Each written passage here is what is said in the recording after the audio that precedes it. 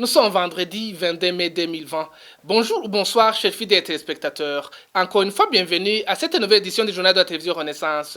D'abord, les titres. Agathon Rwasa, candidat du parti CNL, rejette d'un revers de la main les résultats des élections balancés sur les ondes.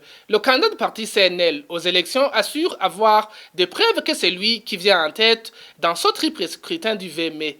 Pour l'écrivain burundais David Gakunzi, le peuple burundais a soif du changement. Il l'a prouvé dans cette campagne électorale. Selon lui, il y avait des signes qui ne trompent pas que le parti au pouvoir CNDD-FDD ne pouvait pas respecter le verdict des urnes. Il conseille aux Burundais de rester sereins car le train pour le changement est déjà en marche. Le silence de la CENI face aux allégations de tricherie des élections est une preuve qu'elle n'est pas à la hauteur d'organiser un scrutin crédible. Selon le politologue Gérald Bilandamigé, nous allons le suivre dans ce journal. Tout de suite, les détails.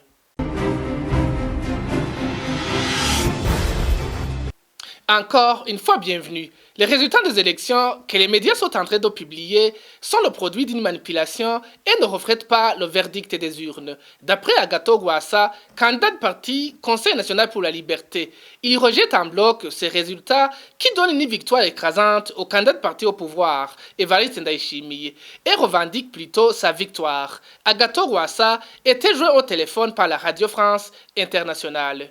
Moi, je pense que les résultats qu'on est en train de proclamer sont des résultats fantaisistes.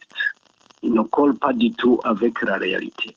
Ceci, je le dis parce que lorsqu'on a commencé à faire le comptage des voix ici et là, on a essayé de suivre. Nous étions en tête et les résultats que nous avons démontrent que nous sommes toujours en tête. Et je crois que même lors de la campagne électorale, on aura vu que les masses affluaient vers le CNL plus que vers le CNDD-FDD. Et donc, je crois qu'on peut facilement démontrer comment il y a de la triche dans ce qui est en train d'être publié. Les chiffres qu'on est en train de balancer sur les ondes, ce sont un résultat d'une pure manipulation, tout simplement. Nous avons gagné à ces élections, que ce soit les présidentielles, que ce soit les législatives, que ce soit les communales. Toujours à propos de ces élections, les Burundais ont montré, à travers leur participation aux élections, qu'ils ont besoin d'un changement, quels que soient les résultats qui seront proclamés par la CENI. La lecture est de l'écrivain burundais David Gakunzi. Pour lui, le vol des élections pour le CNDD-FDD était prévisible. Il demande plutôt aux Burundais de rester calmes et sereins. Le changement voulu viendra à son temps. Suivez-le. Vous savez, on parle souvent de fake news.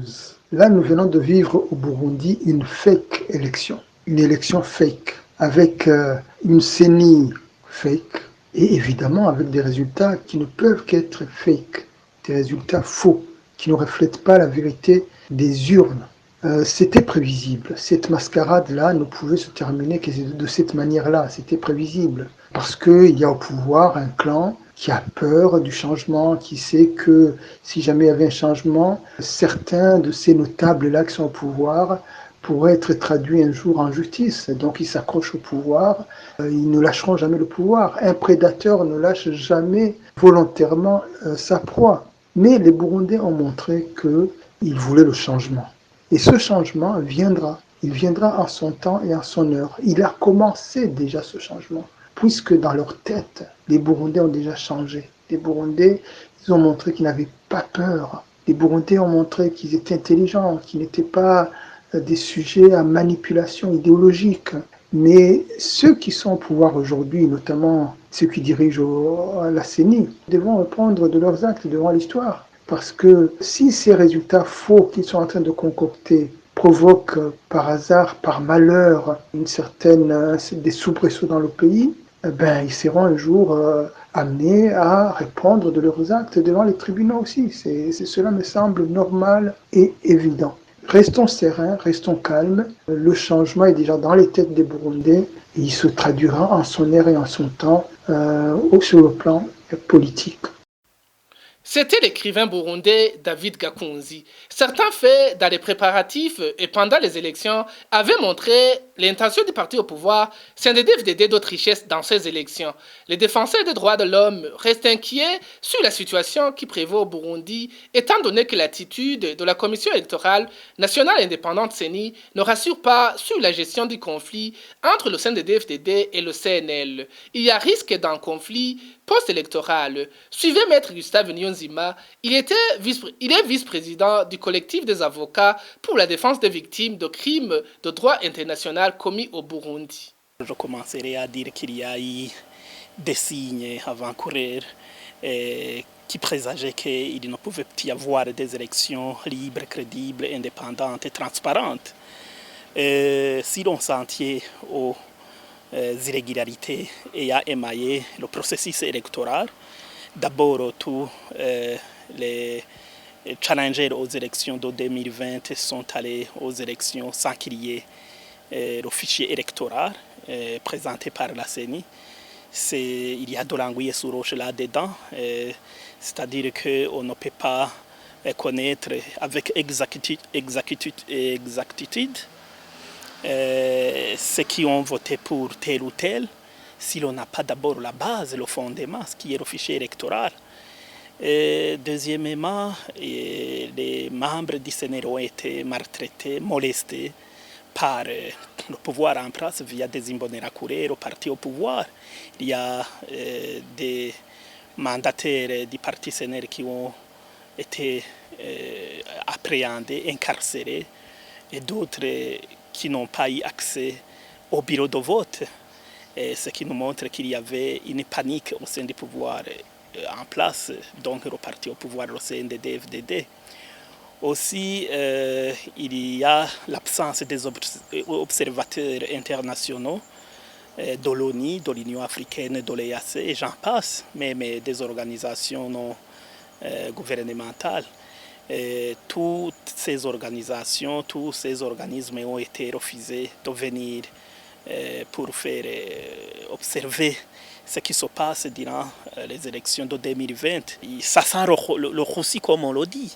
Il y a des magouilles qui se font au niveau étatique afin que le pouvoir puisse se pérenniser. Mais aussi, si l'on s'en tient aux crimes odieux qui se commettent au jour, avec une impunité aiguë, on voit que le processus électoral ne pouvait pas aboutir à une solution durable, à un consensus de tout le monde. Donc, je dirais que ce sont des élections organisées unilatéralement par le pouvoir en place, lequel pouvoir est en train de tuer, de faire déguerpir des opposants et de les incarcérer. Dans l'histoire, on a vu pareil cas des dictateurs et on ne chasse pas un pouvoir sanguinaire de son gré après une élection conçue à sa guise. Je crois que le chemin est encore à parcourir. Le vice-président du CAVIB rappelle que tous les auteurs des crimes qui sont en train d'être commis au Burundi, entre autres l'emprisonnement arbitraire, les disparitions forcées, devront répondre à ces actes devant les juridictions nationales ou internationales. Encore une fois, Maître Gustave Nyonzima.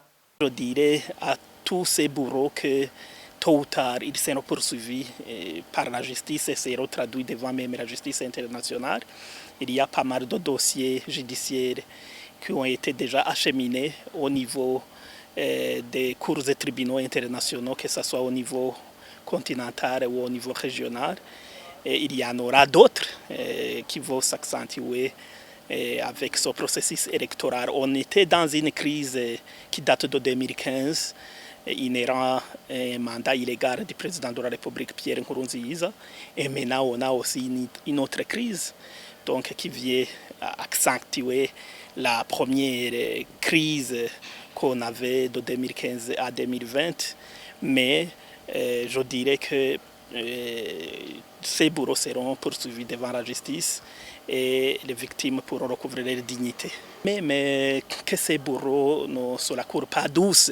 On vient de voir un ancien financier du génocide de 1994 au Rwanda, Félicien Kabuga, qui vient d'être appréhendé 26 ans après, même eux, ils seront poursuivis tôt ou tard, qui ne sera pas douce. La synergie des médias au Burundi est comme un service de communication de la CENI. C'est le regret de Désiré Hatungimana, rédacteur en chef de la radio Inzamba Gateka Kawe. Selon lui, les journalistes ne disent que ce qu'on leur dicte de dire. Désiré Hatungimana l'a dit dans l'émission Club de la presse où il était un invité. Son constat part de la diffusion progressive des résultats provisoires des élections du 20 mai par cette synergie. À 3 niveaux. D'abord, avant les élections, il s'est passé beaucoup de choses qui ont été rapportées et qui impactent bon an mal an sur le devenir des résultats attendus. C'est notamment qu'il y avait des manipulations en préparation. Le problème, c'est que la commission électorale en charge d'organiser ces élections n'a pas été à la hauteur, n'a pas pu communiquer sur tous ces cas qui étaient rapportés au niveau des provinces, au niveau des communes. Qui avaient des signes avant-coureurs. Voilà, il y avait des signes avant-coureurs qui n'ont jamais été commentés ou débattus entre acteurs politiques ou entre acteurs politiques et médias sur la manière de communiquer, etc. Tout ça, ça aurait décrispé. Moi, j'ai assisté aux élections, à plus ou moins 3 scrutins, en 1993, en 2005, en 2010. On a vu des commissions électorales qui communiquaient en temps réel. En temps réel, régulièrement, tous les jours, sur ce qui va se passer. Mais là, même pour la liste des électeurs, on n'a pas une vue commune. La CENI a dit qu'elle ne pouvait pas trouver l'espace pour afficher toutes ces listes. C'est juste une réponse vraiment, je dirais, évasive, alambiquée quelque part. Donc, à côté de ça... Vous n'y croyez pas? Non, je n'y crois pas. Je n'y crois pas parce que l'espace pour afficher 30 000 personnes, c'est pas un stade de football. C'est juste un petit mur, on peut afficher ça. Et donc, pour vous, ce qui est en train de se faire aujourd'hui, à partir de la RTNB, et donc, c'est un travail biaisé. C'est un travail biaisé parce que, d'une part, la commission électorale, c'est elle qui devait se charger de la communication autour de ces résultats. Les médias devaient rapporter ce qui se passe au niveau des bureaux de vote ou au niveau des centres de compilation. Mais en fait, comme on l'a vu de par le passé, la CENI, chaque fois, devait annoncer ce qui s'est passé concrètement. Et là, on voit un silence, je dirais, incommensurable par rapport à ça. Et donc, c'est là où le bas blesse. Continuons ce journal sur les irrégularités observées pendant ce processus électoral. La CENI fait preuve d'incapacité dans sa gestion des élections. Le politologue Gérald Biranamije fustige notamment le silence de la commission face aux allégations de tricherie des élections, même bien avant que celles-ci ne se tiennent. Gérald Biranamije était invité lui aussi dans l'émission Club de la presse. Si on regarde clairement ce qui se fait aujourd'hui par la presse burundaise, je peux le dire sans me tromper et sans hésiter que c'est une manipulation. Les journalistes sont manipulés par le pouvoir. Le pouvoir utilise les journalistes comme il veut. Les journalistes qui devraient faire leurs recherches pour publier une information vérifiée sont là pour jouer la communication du pouvoir. Le problème, c'est qu'ils n'entrent pas dans les bureaux de vote pour regarder ce qui se passe là-bas. On leur donne des chiffres à communiquer, des chiffres qu'ils n'ont pas observés, des chiffres qu'ils ne savent pas d'où ils viennent. C'est-à-dire que ces journalistes ne sont pas en train de faire leur travail. Parce que ce n'est pas leur travail. Le travail d'un journaliste, ce n'est pas de communiquer les chiffres. Et donc les correspondants dont je parlais tout à l'heure n'ont pas accès aux vraies sources. Oui, non, ils n'ont pas accès aux sources. Et quand tu n'as pas l'accès aux sources d'information, quelle est l'information que tu vas diffuser? C'est du n'importe quoi. On a couvert les élections de 2005, on a couvert les élections de 2010. Ça se passait très bien, correctement. On entrait dans les bureaux, on faisait des nuits électoraux. On était là toute la nuit. Et donc aujourd'hui, vous voulez dire que ce sont des résultats qui sont dictés? Oui, c'est dicté. Comme je l'ai dit, c'est dicté. Et ce qui est faussé dès le départ, et ces journalistes, ils sont en train de tomber dans le piège du pouvoir, et c'est regrettable parce qu'ils sont en train je dirais, de tuer, j'utilise ce mot, de tuer le métier, parce que ce n'est pas un modèle à suivre. Et je pense que les synergies qui ont été faites... De le discréditer. Oui, les synergies qui ont été faites, les années 2005-2010, ont donné du crédit à la presse burundaise. Aujourd'hui, la presse burundaise est discréditée parce qu'elle est en train de faire ce qu'on ne peut pas chez le journaliste. Les Burundais doivent comprendre qu'à l'issue de la compétition en politique, il ne peut y avoir qu'un seul gagnant. C'est l'avis du président de la conférence des évêques catholiques du Burundi lors d'un point de presse. Monseigneur Joachim Naondeleye estime aussi que chacun devrait comprendre que le président de la République ne peut pas être ici de tous les partis politiques. Pour lui, la victoire appartiendra au candidat qui a de bons projets et la capacité de convaincre l'électorat. Au sens du jeu démocratique. On entre en compétition à plusieurs, mais il n'y a qu'un seul qui remporte de toute façon la première place. Tous ne peuvent pas s'attendre à ce que le président de la République sorte à la fois de tous les partis. Ce n'est pas possible. Il ne peut y en avoir qu'un seul. Et donc qu'ils sachent que entrer dans ce jeu, dans cette campagne électorale, eh bien, ils peuvent remporter la victoire ou ne pas la remporter. Et de toute manière, savoir qu'il y a aussi plusieurs échelons, il y a plusieurs niveaux, et donc la victoire ne signifie pas nécessairement se réjouir ou bénéficier de donner au pays le président de la République, mais le pays a aussi besoin des parlementaires, le pays a besoin des conseillers communaux, et donc voilà, et même à ce niveau-là, c'est une victoire à chacun selon la mesure de la qualité de ses programmes et aussi de sa capacité de convaincre l'électorat. Page justice pour clore ce journal. Les 4 reporters du groupe de presse Iwachu totalisent ce vendredi 214 jours d'incarcération. Ils ont été condamnés à 2 ans et demi de prison et d'une amende d'1 million chacun par le tribunal de grande instance à Bubanza. Pour le rappel, ils ont été arrêtés le 22 octobre dernier à Bubanza. Ils se rendaient en commune de Musigati pour un reportage sur les affrontements qui opposaient les rebelles et les forces de l'ordre.